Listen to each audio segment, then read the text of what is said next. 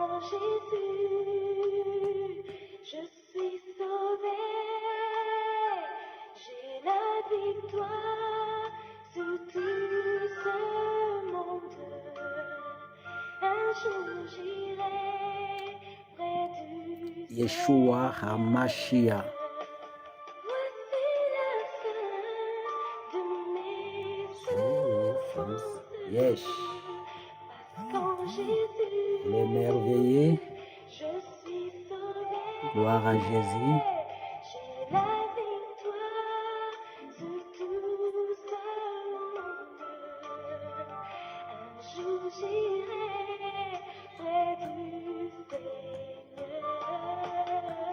J'irai là-bas parmi les anges, près d'Emmanuel, les consoler. Passons mon temps à la louange. Dire à Jésus, yes. J'irai là-bas, parmi les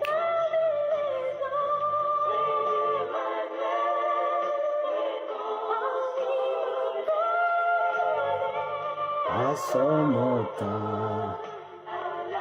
Dieu est merveilleux. Voilà.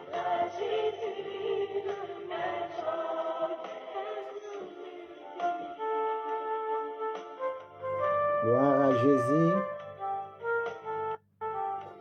Il est glorieux.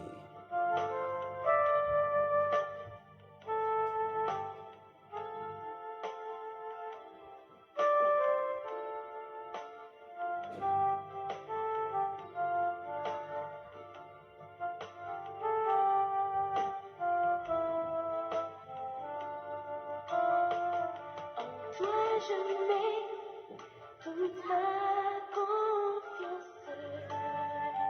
Jésus, mon ami, mon soutien. Environné de ta présence, mon cœur en paix ne craint de rien. En toi je mets toute ma confiance. Gloire à Jésus. Jésus, mon ami, mon soutien, environné de ta présence, mon cœur en paix ne craint.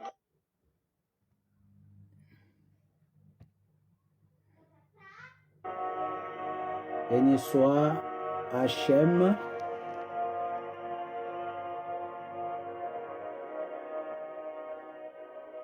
Nous sommes en train de parler sur les repas de la Pâque. Que Dieu nous bénisse. Je vous salue là où vous êtes, dans le nom puissant et précieux de Yeshua HaMashiach.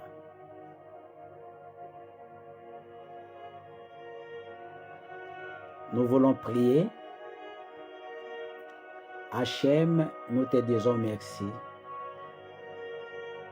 Il est écrit dans Colossiens 1, 12 à 13, « Rendez grâce à Dieu, lui qui nous a rendus capables d'avoir part à l'héritage des saints, lui qui nous a délivrés de la puissance des ténèbres et il nous a transportés dans le royaume de son Fils bien-aimé. Béni soit Dieu, le Père de notre Seigneur Jésus, lui qui nous a bénis de toutes sortes de bénédictions spirituelles dans les lieux célestes en Yeshua. Merci Seigneur pour ce moment. Parle-nous, édifie-nous, instruis-nous par ta parole.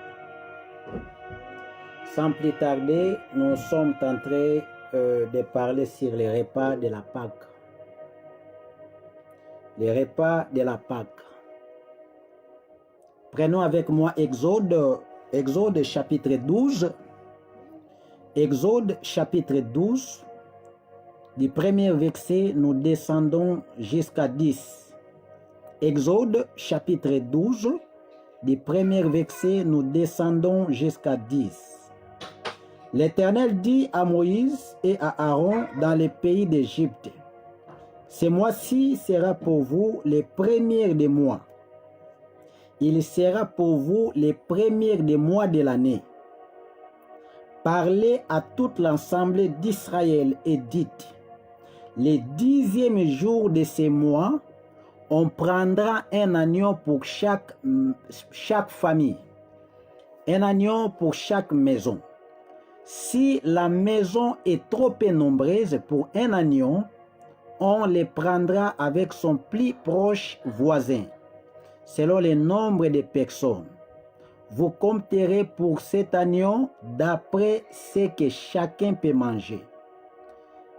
Ce sera un agneau sans défaut mâle, âge d'1 an. Vous pourrez prendre un agneau ou un chevreau. Vous les compterez jusqu'à 14e jour de ce mois. Et toute l'assemblée d'Israël l'immolera entre les deux soirs. On prendra de son sang et on en mettra sur les deux poteaux et sur les linteaux de la porte des maisons où on les mangera.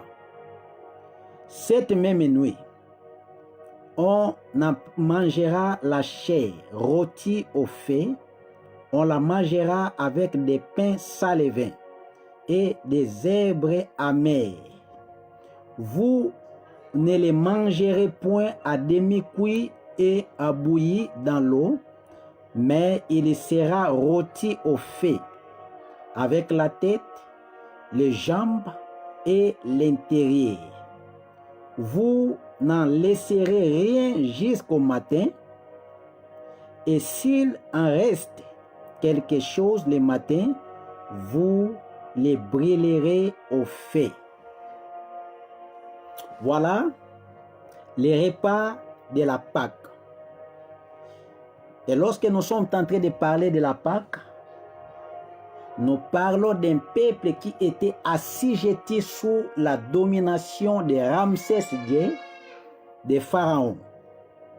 On nous donne l'information ici, il s'est levé un roi qui ne connaissait pas Joseph, et ce roi-là avait pris la décision de pouvoir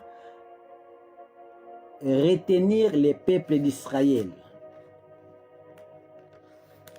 Ce roi avait pris la décision de pouvoir retenir ce peuple dans la souffrance.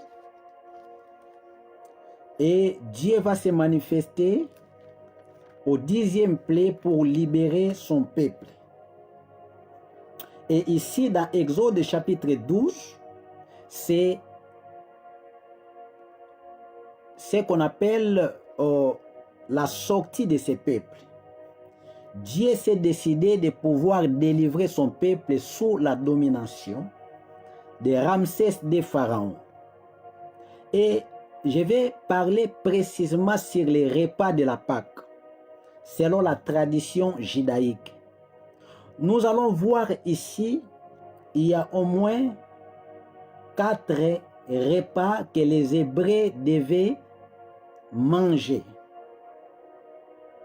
La Bible dit qu'on va prendre l'agneau. Et la Bible dit que ça sera un agneau sans défaut, mâle, âge d'1 an. Vous pourrez prendre un agneau ou un chevreau. Le premier repas de la Pâque, c'est l'agneau. L'agneau rôti au feu. Et la Bible dit l'agneau sera gardé jusqu'au 10e jour pour observer l'agneau. Et dans le 10e jour, on gardera jusqu'à 14e jour. Donc du 1er au 10e jour, le 10e jour, on va garder l'agneau jusqu'à 14e jour. de ce mois de Nissan, entre les deux soirs, l'agneau sera immolé. L'agneau sera immolé. Donc nous voyons les premiers repas de la Pâque selon la tradition judaïque, c'est l'agneau rôti au feu. Et on nous parle aussi des pains sans levain. La Bible nous dit que le deuxième repas de la Pâque sera le pain sans levain. Et nous avons aussi les zèbres amers. Les zèbres amers. Et l'agneau, le sang de l'agneau devait être appliqué sur les deux poteaux de chaque maison des Hébreux et sur leurs linteaux. Voilà les repas de la Pâque selon la tradition judaïque. L'agneau rôti au feu, les zèbres amers, les pains sans levain et le sang de l'agneau qui doit être appliqué sur les linteaux de chaque maison des Hébreux. Parce que l'ange de la mort devait passer. Ici, selon la tradition judaïque, il fallait toutes ces choses. Le repas de la Pâque, selon la tradition judaïque, est différent de la Sainte Seine que nous prenons. Parce que nous ne célébrons pas la Pâque selon la tradition judaïque. Mais nous, les chrétiens en Yeshua, nous célébrons la Pâque selon la révélation. Et vous allez voir dans le livre de Matthieu, au chapitre 26, le verset 26, nous descendons jusqu'à 29. La Bible dit pendant qu'il mangeait. Et ici, c'est Jésus. Avant sa mort, il était avec ses disciples. Et c'était le jour de la Pâque.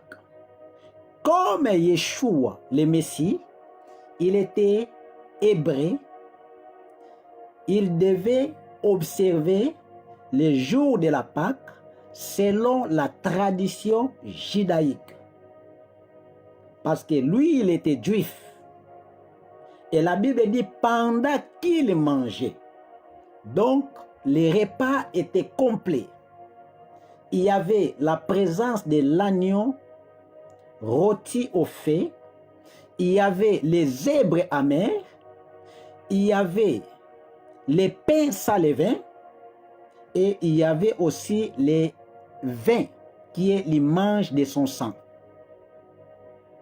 Voilà, selon la tradition judaïque, Jésus observait la Pâque selon leur tradition. Mais nous allons continuer. La Bible dit pendant qu'il mangeait, donc tout était. Voilà pourquoi, lorsqu'on parle de la Pâque selon la tradition judaïque, le repas de la Pâque est appelé Seder. C'est-à-dire, c'est le repas pascal, selon la tradition judaïque.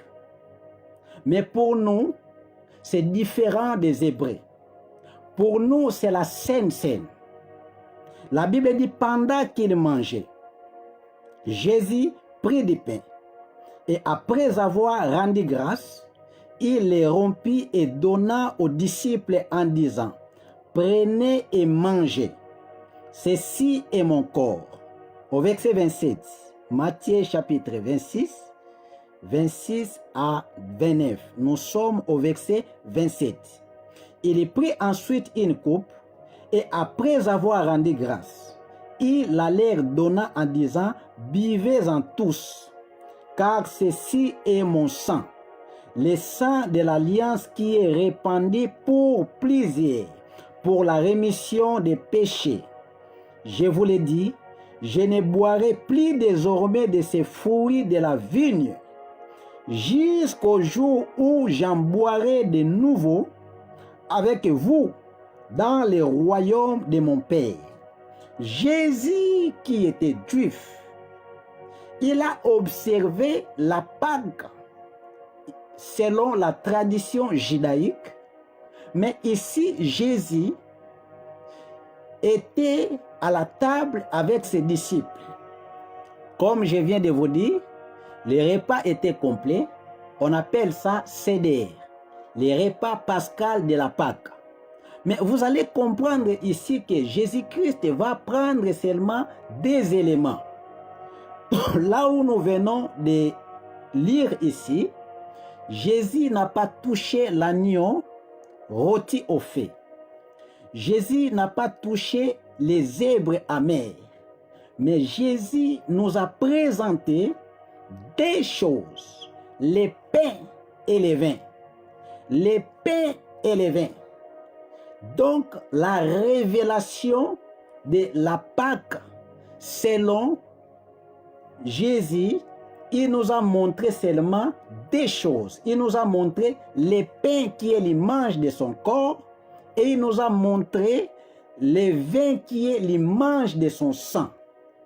Donc, nous, les chrétiens, les croyants, nous célébrons la Pâque non selon la tradition judaïque, mais nous les célébrons selon la révélation.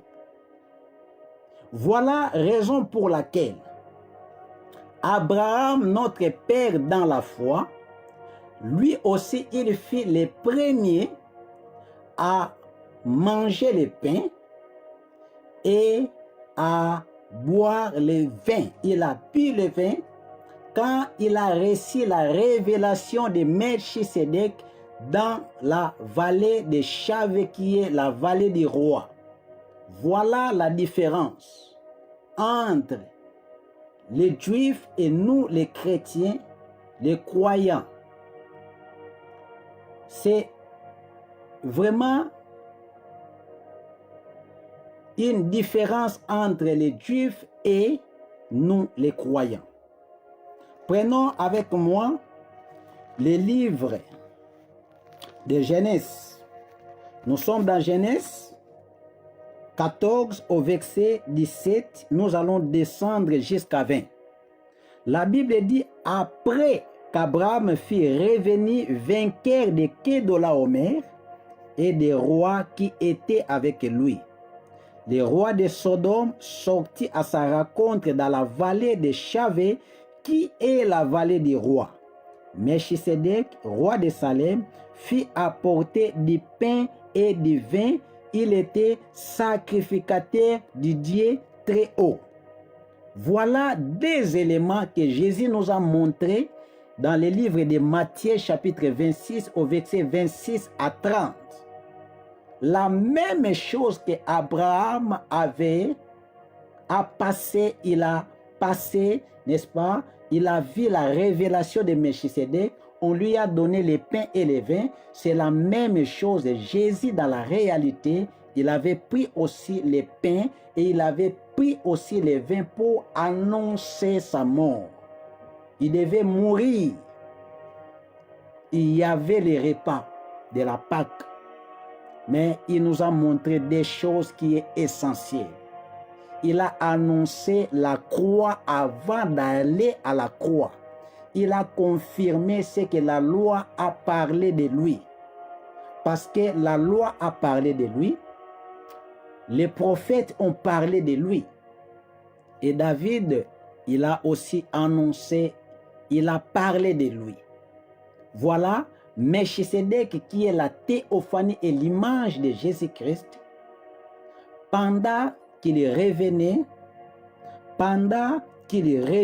vainqueur de Kedorlaomer, il va rencontrer Melchisédek dans la vallée de Chave. Melchisédek, c'est Jésus-Christ de Nazareth. Jésus s'est révélé à lui et il lui a donné les pains et les vins. Les repas de la Pâque, selon la révélation, qui est différent du judaïsme, qui est différent de ces peuples juifs. Donc, on ne se présente pas devant le repas de la Pâque selon la tradition judaïque, mais nous célébrons la Pâque selon la révélation pour penser à la mort et à la résurrection de Yeshua. Donc, vous allez comprendre que la croix a été déjà annoncée il y a de cela longtemps. Depuis l'Ancien Testament, la croix a été déjà annoncée. Et Jésus-Christ va confirmer seulement par la révélation la croix. Parce que l'étable est l'image de la croix. Il devait être pendu pour nous réconcilier avec le Père. Il devait être pendu pour nous restaurer, pour nous réconcilier avec Hachem, le Dieu Tout-Puissant. Jésus a annoncé, il a confirmé ce qui a été déjà annoncé de lui depuis l'Ancien Testament, depuis la loi, les prophètes et les psaumes. La croix. Et il a dit, faites ceci en mémoire de moi. Faites ceci pour penser à ma mort. Nous avons un mort.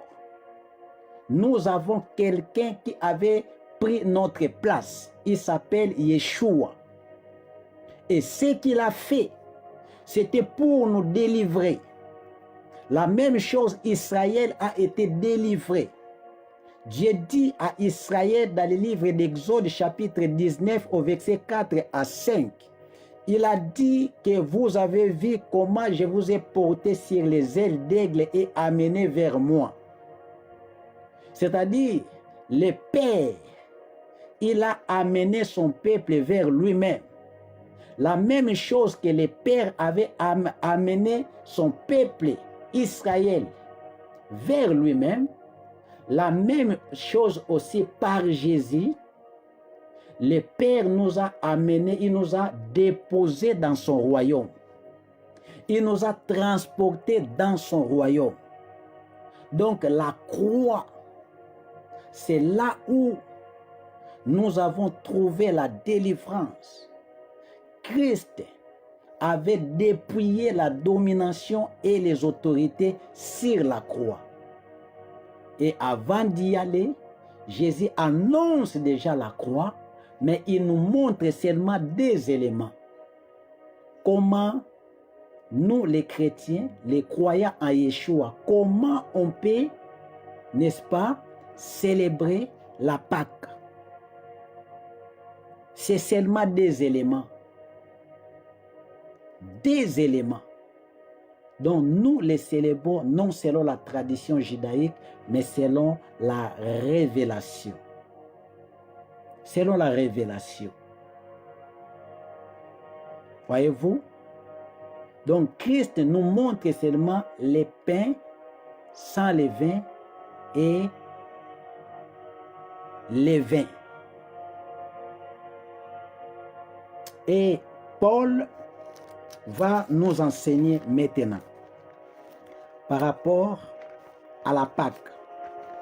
Ici, je vous ai montré la nourriture de la Pâque.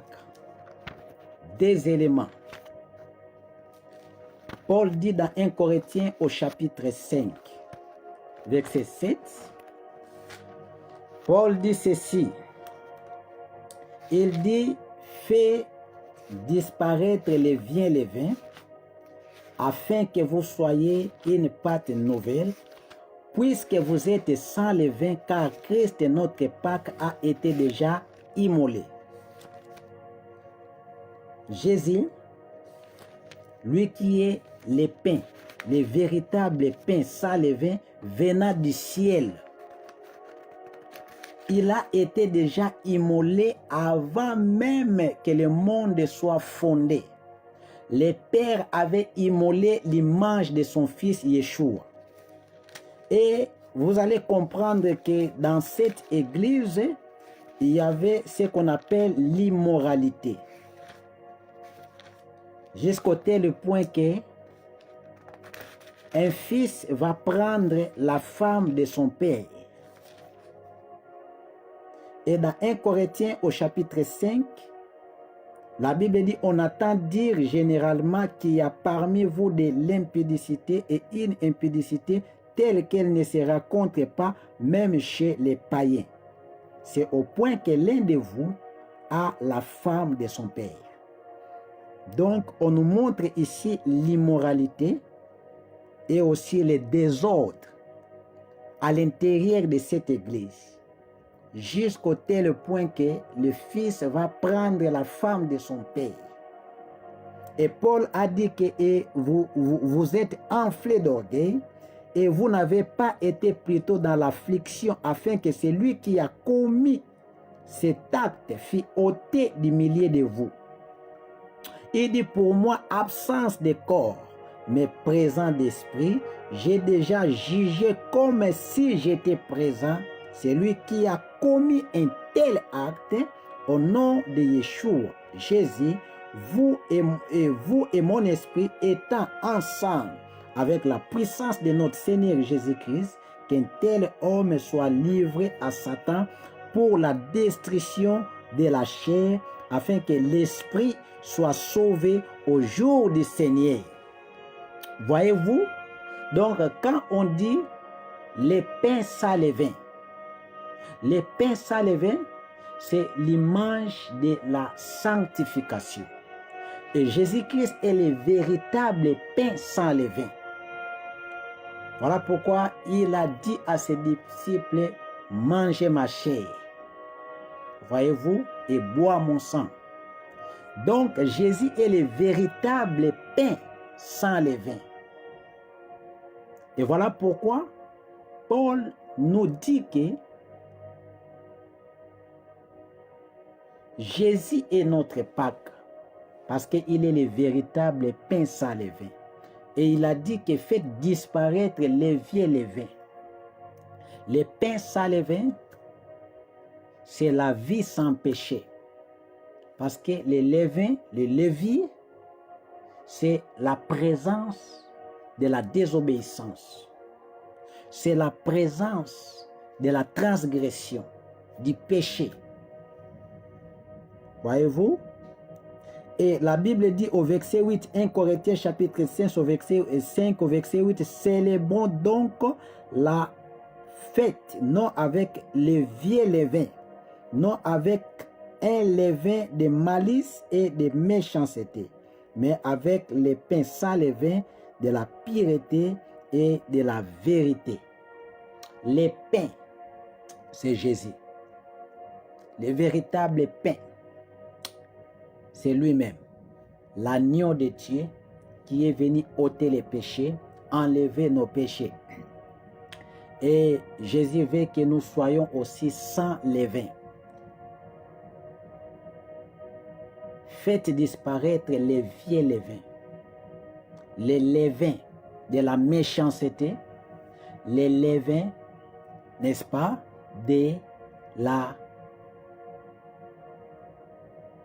du péché. Donc Dieu veut que nous soyons sans péché, nous soyons purifiés dans sa présence. Donc voilà la différence entre comment on peut célébrer la Pâque. Nous les célébrons selon la révélation et non selon la tradition judaïque. Nous avons seulement les pains et nous avons les vins. Notre père Abraham, il fut le premier à être révélé par rapport à la nourriture, par rapport à la Sainte Seine, qui est différent des cédères. Que Dieu nous bénisse. Mais si vous voulez aussi observer la Pâque selon la tradition judaïque, toutes ces choses-là que nous venons de numérer est aussi symbolique. Parce que l'agneau rôti au feu, Jésus-Christ est l'image de l'agneau. L'agneau rôti au feu, c'est le symbole de Jésus. Jésus est l'agneau de Dieu qui ôte les péchés du monde. Et le fait que l'agneau devait être rôti, c'est l'image aussi de la souffrance. Voyez-vous, de la souffrance. Il a pris à Dieu de briser son propre fils. Voilà les faits. Les herbes amères. Donc la vie chrétienne n'est pas aussi bonbon, biscuit, chocolat. C'est l'image aussi des persécutions, des tribulations que nous rencontrons dans la vie chrétienne. Il y a des fois ça devient amer. On a l'envie d'abandonner et de laisser. Et Jésus-Christ a dit, vous serez haïs à cause de mon nom. Voyez-vous? Et nous avons les pains sans levain, la vie sans péché. Voyez-vous? La vie de Jésus en nous. Et le sang, le vin et l'image du sang. Voyez-vous?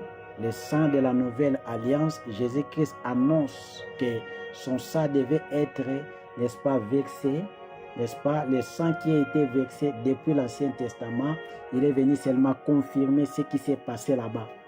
Là-bas, l'agneau a été sacrifié et lui-même étant que l'agneau de Dieu qui ôte les péchés du monde, il devait aller à la croix pour accomplir ce que la loi, les prophètes et les psaumes ont parlé de lui. Et il a annoncé déjà sa mort. Il dit, à chaque fois que vous le faites, vous pensez à ma mort jusqu'au jour où, jusqu'à ce que je dois encore venir pour vous prendre. Jésus a versé son sang pour nous sauver. Il est allé à la croix, lui qui était sans péché, mais il a accepté de porter l'iniquité de nous tous sur lui. C'est lui qui nous a restaurés avec les pères. Et son sang, jusqu'aujourd'hui, crée la victoire, la prospérité, la restauration. Que Dieu soit glorifié. Pour clôturer, on peut aller dans le livre des Hébreux, au chapitre 7. Hébreux chapitre 7, du premier verset jusqu'au troisième verset. La Bible dit, en effet, c'est Melchisedec, roi de Salem, sacrificateur du Dieu très haut, qui alla au-devant d'Abraham lorsqu'il revenait de la défaite des rois qui les bénit, et à qui Abraham donna la dîme de tout, qui est d'abord roi de justice d'après la signification de son nom, ensuite roi de Salem, c'est-à-dire roi de paix, et qui est sans père, sans mère, sans généalogie, qui n'a ni commencement de jour ni fin de vie, mais qui est rendu semblable au Fils de Dieu. C'est Melchisedec, demeure sacrificateur à perpétuité. Au verset 4, considérez combien est grand celui auquel les patriarches Abraham donna la dîme du butin. Voilà, on nous montre, on nous explique ici des choses qui s'est passées dans le livre de Genèse chapitre 14 au verset 17. On nous dit que c'est lui qui était venu à la rencontre d'Abraham après avoir revenu vainqueur de Kedorlaomer. La Bible dit il est d'abord le roi de justice.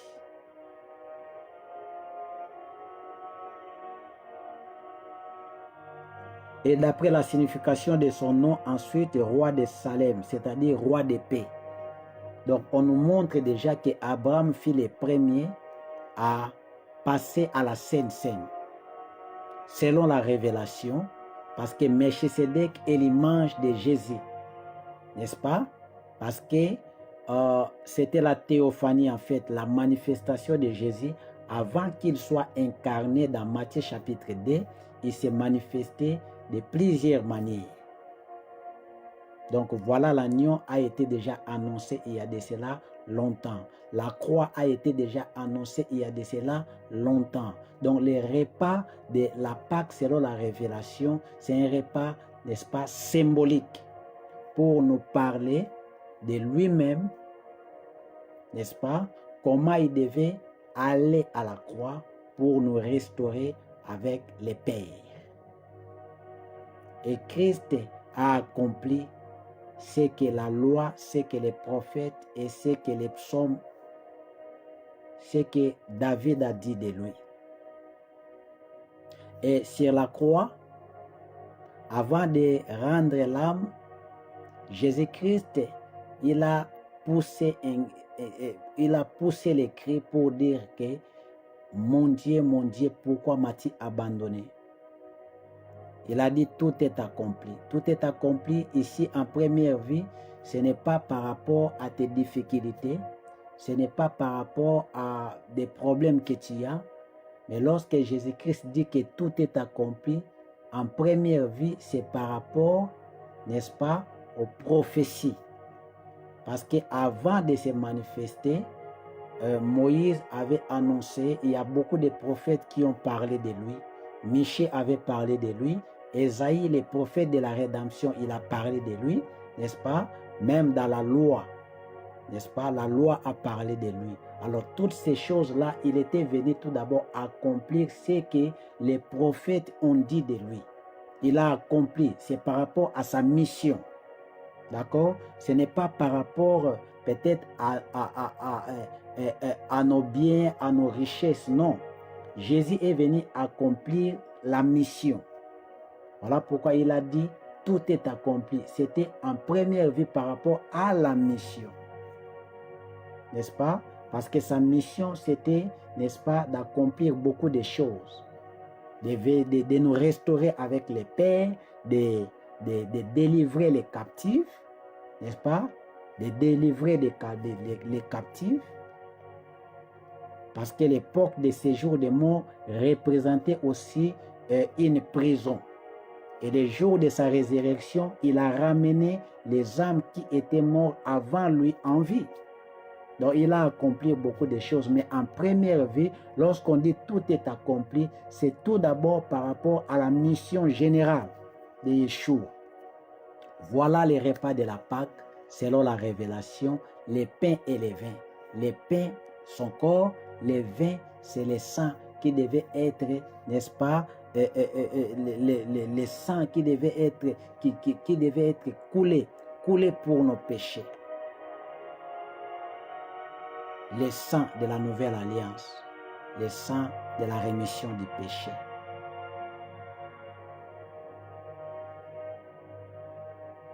Il a tout accompli pour nous. Merci pour la Pâque, parce que nous avons été déjà libérés de nos prisons. J'aimerais annoncer à quelqu'un qui a été déjà libéré de la prison, de la sorcellerie. Christ t'avait déjà transporté dans son royaume bien-aimé. Alors ce que tu dois faire, c'est d'obéir à sa voix. Voilà. Parce que la première des choses, une grande prison que nous devons sortir, c'est la prison de la chair. Les désirs de la chair, c'est une grande prison. Voilà. Mais par rapport à la mission, Christ est venu nous libérer tout d'abord. Il nous a libérés. Donc tout chrétien doit, n'est-ce pas, doit expérimenter, doit croire à l'œuvre de la croix, ce que Christ a fait.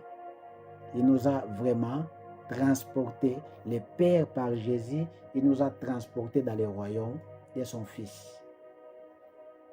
Et lorsqu'on se présente devant, n'est-ce pas, devant cette table, nous devons être fiers étant que ses enfants, parce que c'est notre nourriture.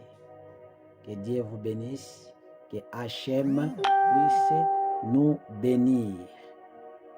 Gloire à Jésus. Voilà les repas de la Pâque, c'est les pains et les vins, n'est-ce pas? Mais si vous voulez aussi observer les repas de la Pâque selon la tradition judaïque, ce n'est pas un problème. Ce n'est pas un problème. Prenez l'agneau.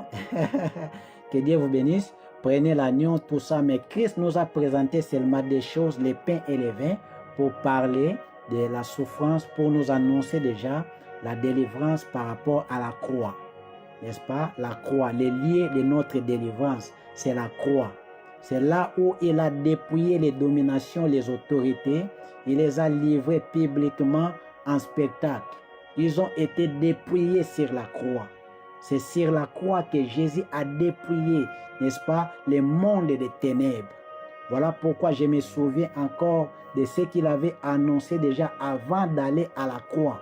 Il a dit à Pierre, tu es Pierre, n'est-ce pas? Mais sur ces rocs, ces rochers, je bâtirai mon église, et les portes de séjour des morts ne prévendront point contre elle, contre son église. Les portes de séjour des morts, c'est l'entité générale. C'est le royaume des ténèbres. N'est-ce pas? Christ nous a annoncé déjà que le royaume des ténèbres n'aura pas la force. Le royaume des ténèbres ne peut pas renverser cette église qui est bâtie sur les rocs. Les rocs, c'est lui-même Jésus. Il est le vrai rocher. N'est-ce pas? Actes chapitre 4 au verset 11 à 12, la Bible dit Jésus est la pierre rejetée par ceux qui bâtissaient et qui est devenue la principale de l'angle. N'est-ce pas?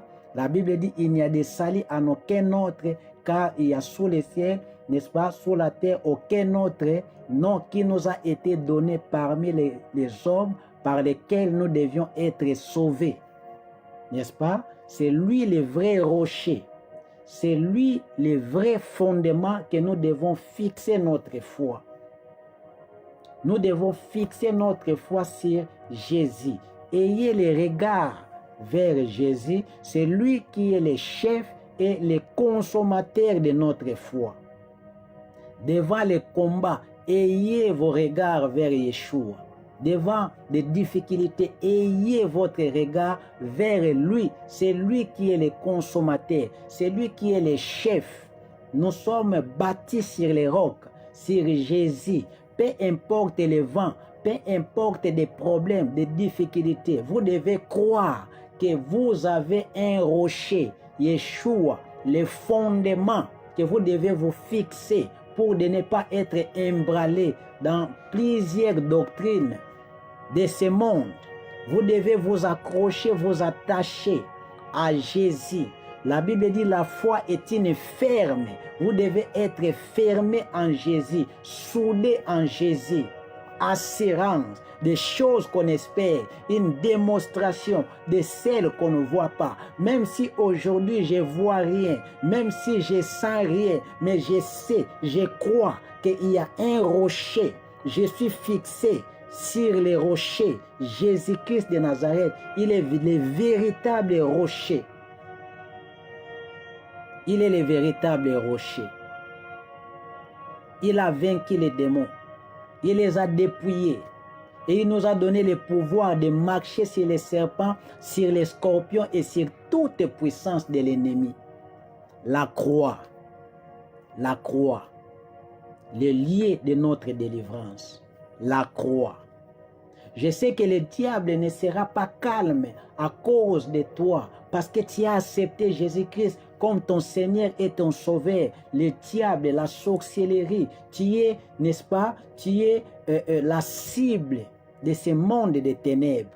Mais ne crains rien, parce que la croix a été déjà annoncée. La croix a été déjà annoncée. Pendant qu'il mangeait, Jésus était à la table. Et la table là, c'est aussi l'image de la croix. N'est-ce pas? C'est l'image de la croix. Donc Jésus-Christ annonce la croix. Et ce que j'aime de Jésus, il n'a pas bâti, n'est-ce pas, son autel sur la terre. Son autel était à l'espace. La croix, Jésus-Christ était sur la croix. L'autel de la croix. L'autel est supérieur. Voyez-vous, voilà pourquoi nous les chrétiens, nous ne combattons pas le monde des ténèbres, n'est-ce pas, pour avoir la victoire. Mais nous sommes en train de combattre dans la victoire parce que nous savons déjà que à la croix, Jésus a accompli. Il a accompli, il a dépouillé les dominations, il a dépouillé les autorités, il les a mis en spectacle. Voyez-vous, c'est vraiment important. C'est vraiment important. Donc, ces messages, par rapport au repas de la Pâque selon la révélation, c'est vraiment important pour nous, les chrétiens. Nous devons s'attacher à Jésus et croire que la croix, c'est le lieu où Christ a vaincu. Donc la scène là que vous voyez, c'est la croix. C'est la croix. Voilà pourquoi Christ a dit, faites ceci en mémoire de moi. Et si vous retournez dans les livres d'Exode, là vous allez voir que Christ a dit, la Bible dit, ce mois-ci sera pour vous les premiers des mois de l'année. On prendra un agneau pour chaque famille, un agneau pour chaque maison, même les voisins les plus proches. C'est-à-dire les repas de la Pâque, c'est les repas familiales. J'aimerais, n'est-ce pas, vous révéler par rapport au repas de la Pâque. Les repas de la Pâque, c'est les repas familiales. Même dans ta maison, tu peux observer la Sainte Seine. Tu peux aussi préparer la Sainte Seine parce que c'est un repas familial. N'est-ce pas? Un repas familial. Dressez les tables même dans vos maisons parce que la sortie d'Israël, c'était la Pâque, la délivrance, les passages, Pessah. Voyez-vous, c'est pour les familles de la terre. Observez cela même dans vos maisons. Ce n'est pas seulement à l'église, mais même dans vos maisons, vous devez aussi observer la Pâque. Voyez-vous? Et lorsque vous êtes en train de dresser les tables, c'est-à-dire c'est un jugement. Voilà pourquoi un secret. Si tu vois que ta vie est tellement combattue, tu sens des combats dans ta vie, bien-aimé, il faut dresser la table même dans ta maison. David a dit, tu dresses une table en face de mes adversaires. C'est-à-dire la Sainte Seine, lorsqu'on est devant la Sainte Seine, on est devant, n'est-ce pas, nous sommes en train de juger le monde des ténèbres, la sorcellerie, même de ta famille. Tu dois dresser les tables pour présenter les tables. C'est là où nous jugeons nos ennemis. Dieu avait averti à Ramsès II, Pharaon, il a averti dans beaucoup de choses. Il a envoyé des sauterelles et il y avait de l'eau qui était changée, n'est-ce pas? Il y avait la boue, tout ça là. Il n'a jamais voulu libérer les peuples d'Israël. C'était seulement à la 10e plaie, c'est là où Dieu a frappé de mort tous les premiers-nés. À commencer par la maison de Ramsès II, de Pharaon, ils ont été frappés. Et vous allez voir, il y a des choses. Il y a les jugements, en même temps la délivrance. Dieu juge, il fait sortir son peuple. Voilà pourquoi il avait dit que vous devez mettre le sang. Pourquoi? Parce que là, quand l'ange de la mort va passer, quand il va voir le sang, l'ange de la mort va comprendre déjà qu'il y a déjà un mort dans cette maison. Il ne va pas entrer, il ne va pas tuer parce qu'il y a déjà un mort. La présence du sang, c'est la présence des morts. Il va dire qu'il y a quelqu'un, il y a un agneau, il y a déjà un mort. Donc nous avons un mort. Peu importe ce coronavirus, peu importe les microbes de ce temps prophétique, tu dois savoir que tu as un mort et tu as un ressuscité. Tu as un mort et tu as un ressuscité. Jésus était mort pour toi, il est ressuscité le 3e jour, il est à la droite du Père. Il vit en toi. La Bible dit, si je vis, ce n'est plus moi qui vis, mais c'est Christ. Mais comment Christ peut vivre en toi? Mais c'est par le Saint-Esprit. La présence du Saint-Esprit, c'est la présence de Jésus-Christ en toi.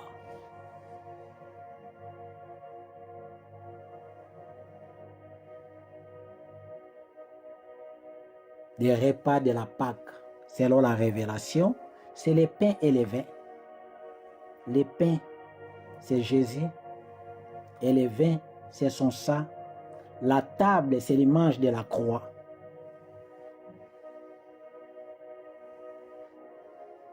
Et dans Apocalypse chapitre 12 au verset 17, la Bible dit, les dragons furent très irrités contre la femme.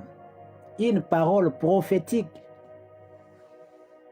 Les dragons furent très irrités contre en première vie la femme.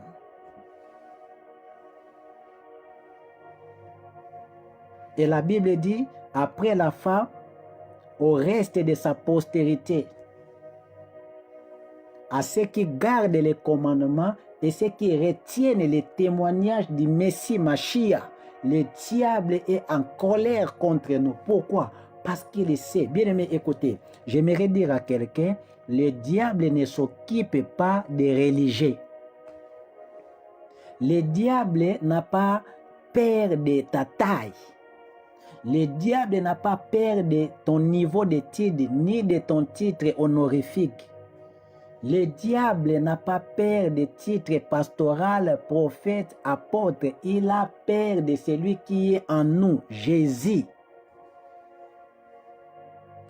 Raison pour laquelle le diable n'a pas peur des religieux. Parce qu'un religieux, c'est quelqu'un qui prie mais sans observer la parole de Dieu, sans craindre Dieu, sans respecter la parole. Il n'a pas peur de lui parce qu'il sait que le religieux, il est déjà dans la compromis.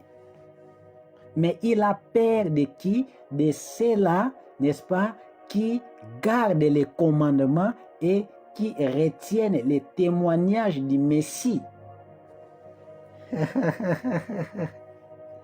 Voyez-vous? Voilà pourquoi des vrais enfants de Dieu, ils sont combattus. Pourquoi? Parce que l'ennemi a peur d'eux. Bien-aimé, celui qui te combat, tu dois savoir que la personne là te craint. Il a peur de toi. Voilà pourquoi il te combat. Donc, on a des combats. Pourquoi? Parce que nous gardons les commandements et nous témoignons Jésus par rapport à notre vie. Voilà, la Bible dit les dragons, c'est-à-dire Satan. Et il est très irrité, il est en colère. Je me souviens encore, un jour Jésus-Christ a dit à Simon, Satan vous a réclamé pour vous cribler comme les froment.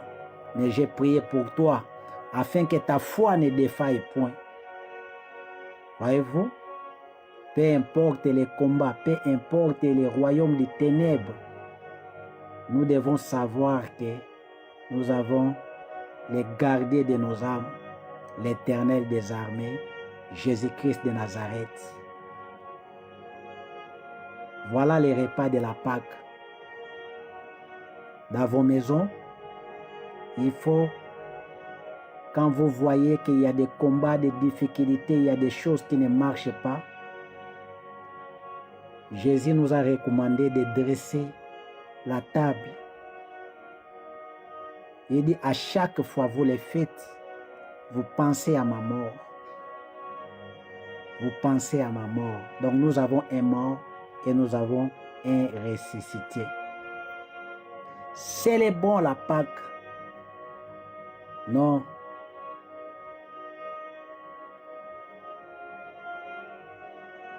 Célébrons la Pâque. Non avec les levains de la malice et de la méchanceté, mais avec les levains de la pureté et de la vérité, de la sincérité. Voilà les repas de la Pâque. Si je vous explique ceci, pourquoi? C'est parce que j'avais suivi un pasteur qui a dit que non, nous on ne peut pas, c'est-à-dire célébrer la Pâque. Et il a dit que la manière dont on est en train de célébrer la Pâque, ce n'est pas ça. Il fallait l'agneau, il fallait les zèbres amers comme les Hébreux, tout ça. Nous sommes des nations. Jésus-Christ nous a montré seulement deux choses, les pains et les vins. le pain pour parler de son corps et le vin pour parler de son sang. Mais le repas était complet parce que lui-même, étant que juif, il célébrait la Pâque selon la tradition juive. Mais nous, les chrétiens, nous les célébrons selon la révélation. Pour penser à sa mort jusqu'au jour où il reviendra encore. Et la Bible dit, il va encore passer à la table avec nous dans les royaumes de son Fils. Je ne boirai plus désormais de ces fruits de la vigne jusqu'au jour où j'en boirai encore de nouveau avec vous dans les royaumes de mon Père. Donc c'est notre repas, c'est le repas pascal, le pain et le vin. C'est notre repas pascal, n'est-ce pas? Les pains. Et lorsque je dis les pains, c'est les pains sans levain. Pourquoi? Parce que Dieu avait dit aux Hébreux que celui qui gardera les levains dans sa maison, il sera retranché de mon peuple. Donc, la sortie de la Pâque, il y avait au moins 7 jours où tous les Hébreux devaient, n'est-ce pas, se débarrasser de tout ce qui est lévire.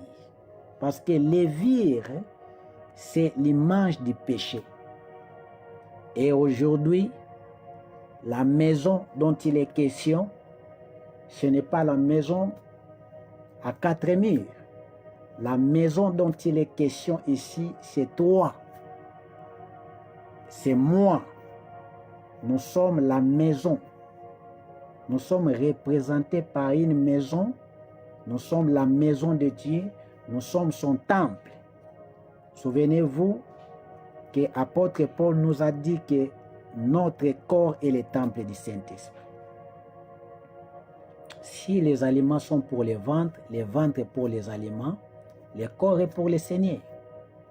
Voyez-vous? Et comme je vous ai dit que lévir, c'est l'image du péché. Donc le corps que Dieu nous a donné, c'est pour sa gloire. C'est pour son honneur. C'est pour que son nom soit glorifié. Que Dieu vous bénisse. Merci Seigneur. J'aimerais déjà finir avec ce sujet, la nourriture de la Pâque. Seigneur, merci pour ce moment. Merci pour ce message. Je prie, Seigneur, que cette parole puisse tomber sur la bonne terre afin que cela puisse produire des fruits dignes de la repentance. Dans le nom puissant et glorieux de Yeshua, notre Maître, que nous avons prié ainsi. Amen.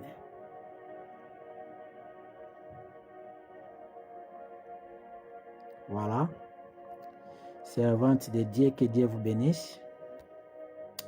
Coiffeuse internationale, que Dieu vous bénisse abondamment. Merci.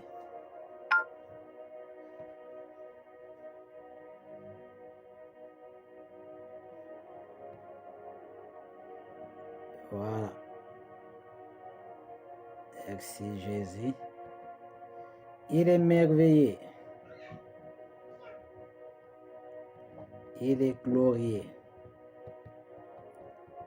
Voilà. Que Dieu vous bénisse. Mission évangélique pour les réveils.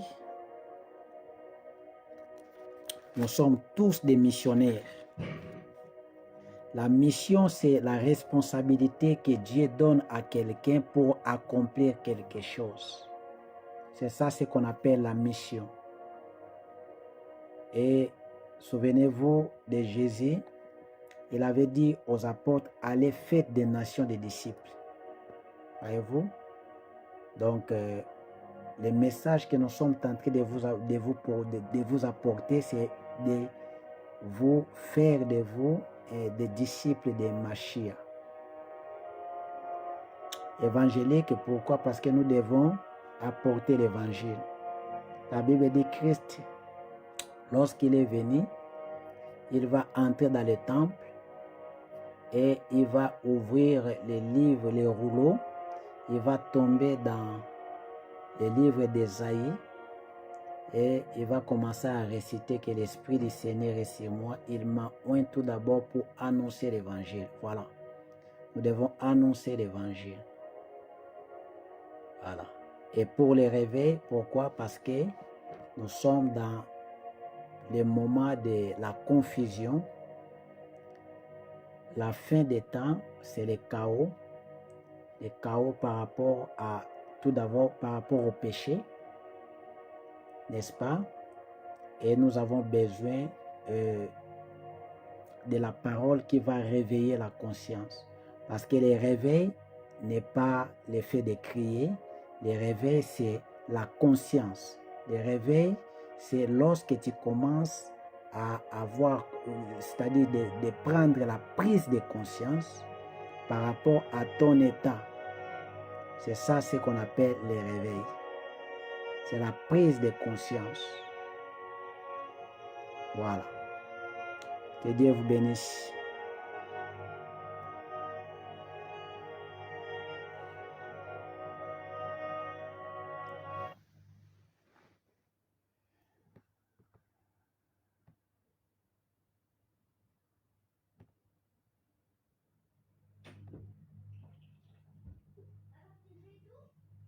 Aujourd'hui, ma nièce célèbre le Ramadan pour la première